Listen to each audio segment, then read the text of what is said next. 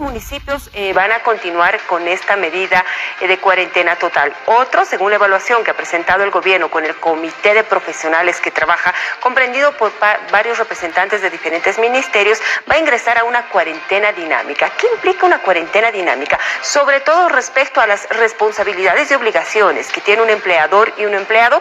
Preguntas que le hacemos a nuestro primer invitado en esta mañana. Voy a saludar al doctor Luis Ayala Oblitas. Él es abogado laboralista, quien amablemente ha aceptado este contacto para poder hablar respecto al tema. Doctor, ¿cómo le va? Buenos días. Gracias por aceptar esta invitación. ¿Qué implica en el tema laboral primero esto? Y bueno, comencemos paso por paso. ¿Qué entendemos por una cuarentena dinámica en temas legales respecto a una situación laboral? Bienvenido. Buenos días, María. Buenos días, María. Buenos días, María. Buenos días, María. Buenos días. Siempre encontrarse en tu programa. En realidad la cuarentena dinámica es una de las medidas que en el mundo se está estableciendo para volver paulatinamente a la normalidad en las actividades económicas, personales y laborales. No podemos volver de golpe, y justamente la cuarentena dinámica busca medir ciertos grados de riesgo para en cada grado de riesgo determinar ciertas condiciones legales de funcionamiento de empresas y circulación de personas, ¿no? Ese sería el espíritu de la cuarentena dinámica, que determina grados de riesgo alto, grados de riesgo mediano y riesgo moderado. Vale decir, no establece un riesgo bajo, ¿no? Entendemos que el mínimo grado será un riesgo moderado por las condiciones de la pandemia. Bueno, doctor, vamos a ir paso por paso, por favor. Establece tipos de riesgo, dice usted, de hecho referencia al riesgo alto, mediano y moderado. ¿Cómo podemos definir cada uno de estos riesgos para quienes nos están viendo en algún municipio que se vaya a activar esta cuarentena dinámica desde el próximo lunes, puedan entender y tener en claro también todo ello? Claro que sí, el Decreto Supremo 4226 justamente determina, el decreto de cuarentena dinámica, que son es el CEDES el encargado de elaborar informes en cada municipio al Ministerio de Salud. ¿Sí? En este caso se determinaba el primer informe o reporte hasta el día de ayer al mediodía, y después consecutivamente, mientras dure la cuarentena, cada jueves hasta el mediodía. Entonces el primer paso es que el CEDES elabore un informe de reporte sobre las condiciones de cada municipio donde tenga competencia. El Ministerio de Salud toma conocimiento de ese reporte y en base al mismo informa cada viernes las condiciones de riesgo en las que se encuentra cada municipio, para que la sociedad y las empresas en conjunto puedan conocer en qué grado se encuentran y cuáles son las permisiones que tienen. Perfecto, doctor. Por favor, por otro lado, ¿cómo se define también los horarios, sobre todo los horarios y las diferencias que hay entre estos tipos de riesgo? Cada grupo laboral deberá, me imagino, acordar con su empleador cómo va a desarrollar sus actividades ahora en esta cuarentena dinámica. Sí, claro que sí, es una de las regulaciones principales del decreto, y tenemos aquí tres ámbitos, ¿no? Tenemos el ámbito del horario, primero de la permisión de funcionamiento de las empresas, el tema del horario en cada condición de riesgo, el transporte y circulación de los trabajadores, y finalmente actividades económicas permitidas, ¿sí? Puedo comenzar por las actividades económicas permitidas. ¿Por qué? Porque las mismas son independientes del grado de riesgo. Creo que en realidad estamos ahora debatiendo cuál es el riesgo de volver de acuerdo a las condiciones, pero sin embargo ya hay un gran número de actividades económicas permitidas que desde este día lunes van a poder funcionar. Me refiero a sector industrial, manufactura, agropecuario, sector minero, que pueden establecer los horarios que su operación así lo disponga. El sector de abastecimiento de productos de higiene y medicamentos, gasolina, etcétera, que son necesarios para que se mantenga la cadena de suministro de bienes y servicios en la cuarentena, pueden funcionar las 24 horas en el horario que así lo disponga.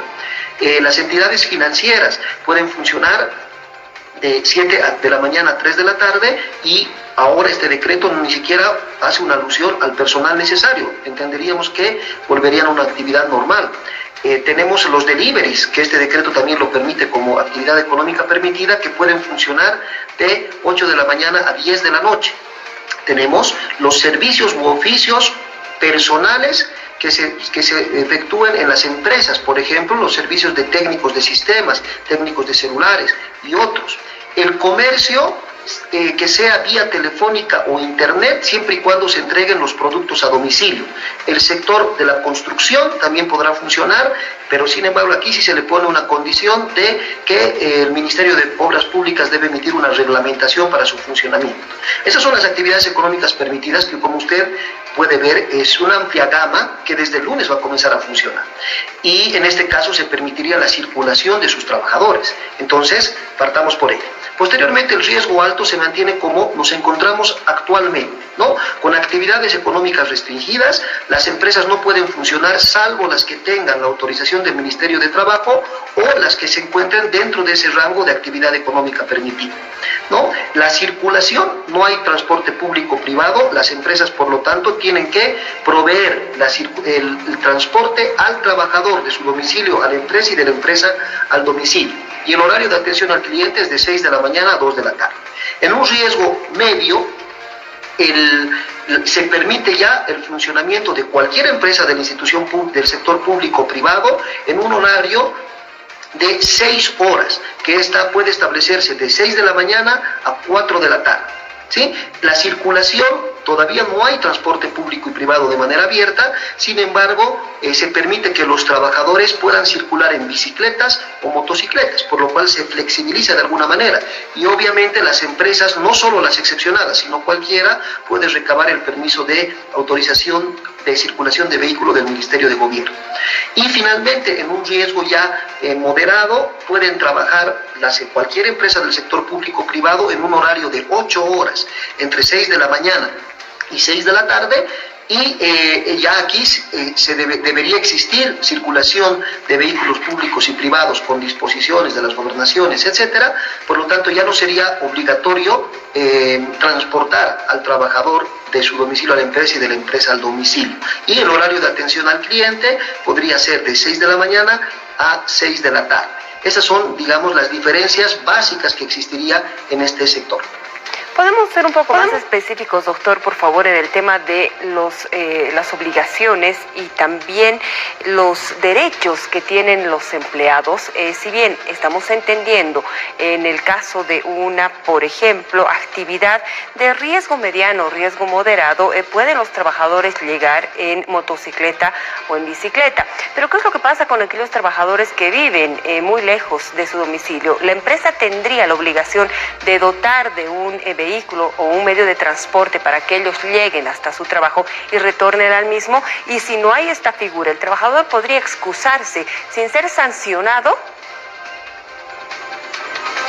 Sí, claro que sí. Las empresas tienen la obligación, en el contexto del riesgo alto y el riesgo mediano, de de garantizar la circulación por un vehículo autorizado, no cualquiera, por el Ministerio de Gobierno, de sus trabajadores. ¿Por qué? Porque en estos dos escenarios del riesgo alto y el riesgo mediano, la circulación de las personas está prohibida, por ejemplo, en el riesgo mediano de 5 de la mañana a 5 de la tarde, y en el riesgo moderado de 5 de la tarde a 5 de la mañana, y en el riesgo moderado de 5 de la tarde, de 7 de la noche a 5 de la mañana. Entonces el trabajador no tiene en principio transporte público por el cual trasladarse, no tiene la capacidad de hacerse autorizar un vehículo privado, o no lo tiene, y además su circulación está en riesgo. Por lo tanto, las empresas están obligadas a dotar de transporte a sus trabajadores. Y si no lo hicieran, este aspecto, de acuerdo al Decreto Supremo 1592, se convierte en un escenario de inasistencia justificada. ¿Por qué? Este decreto dice que cuando el trabajador no puede llegar al trabajo por un motivo de fuerza mayor, que sería el que le estamos planteando, la inasistencia es justificada, por lo tanto podría excusarse de acudir al centro laboral. ¿Qué es lo que pasa con los elementos de bioseguridad? ¿La empresa debería dotar obligatoriamente de estos a los trabajadores, o debería ser cada empleado quien adquiera, por ejemplo, un overol de seguridad, barbijo, lentes y guantes mínimamente para protegerse, por más que estemos en una región donde se va a flexibilizar la medida de cuarentena total? Bueno, los trabajadores son libres, de acuerdo a su seguridad personal, de tener los elementos que ellos crean convenientes para su seguridad. Sin embargo, esta no es una obligación del trabajador, es una obligación de la empresa. La resolución biministerial 1/2020 que ha emitido el Ministerio de Trabajo conjuntamente con el Ministerio de Salud, así como este último decreto de cuarentena dinámica, establece la obligación de las empresas de dotar de mecanismos de bioseguridad y materiales de bioseguridad a sus trabajadores. ¿Por qué? Porque está obligada a hacerlo por el artículo 6 de la Ley de Higiene y Seguridad Ocupacional, que establece que debe tomar todas las medidas de prevención de salud ocupacional dentro de la empresa. Independientemente de ello, esta normativa de cuarentena lo obliga a hacer, a dotar de estos instrumentos. Son preguntas que nos están llegando a nuestras redes sociales. Doctor, por favor, entenderá usted que es un tema de vital importancia para quienes, por ejemplo, tendrían que retornar a las actividades este lunes. Preguntan si en caso de que una empresa dotaba de bono de desayuno o este bono de té, debe continuar con este pago el empleador, o esto es también algo que puede eximir un empleador. Muy bien, los bonos que no se encuentran, entiendo que esto sería en el sector privado, los bonos que los empleadores otorguen más allá de la ley se llaman lo que son los bonos extralegales. Están permitidos por el artículo 2 del Decreto Supremo 22.138. Entonces, cualquier empleador puede otorgar este tipo de bonos o incentivos a sus trabajadores. Sin embargo, si los mismos están sujetos o tienen un espíritu de condición, como por ejemplo un bono de refrigerio que tiene por espíritu el dotar de refrigerio cuando existe asistencia, al no cumplirse esa condición no son exigibles si es que no hubiera la asistencia como se ha dado durante la cuarentena. Sin embargo, si cuando retornen al trabajo, obviamente se activan nuevamente estos bonos porque no se los ha perdido por la cuarentena, digamos que se los ha suspendido porque no se hubiera cumplido cierta condición de asistencia o no se cumpliría con su espíritu, pero una vez retornando a la actividad laboral son inmediatamente exigibles. Doctor, para ir cerrando este contacto, por favor, entonces, resumimos, ¿cómo puede funcionar esta cuarentena dinámica en algunas regiones de nuestro país? Bueno, yo creo que puede funcionar de una manera adecuada siempre y cuando tengamos una mentalidad de orden y cumplimiento de las medidas de bioseguridad, ¿no? Como les he mencionado, estamos avanzando a varias actividades económicas permitidas independientemente del nivel de riesgo. Por lo tanto, la circulación de personas va a aumentar cuantificadamente, ¿sí? Además, entiendo que es coherente también establecer una cuarentena dinámica de acuerdo al nivel de contagios que exista, porque no podemos seguir confinados de una manera secante con el impedimento de continuar con las actividades económicas. Entonces entiendo que existirá la posibilidad de funcionar adecuadamente siempre y cuando cumplamos con las instrucciones.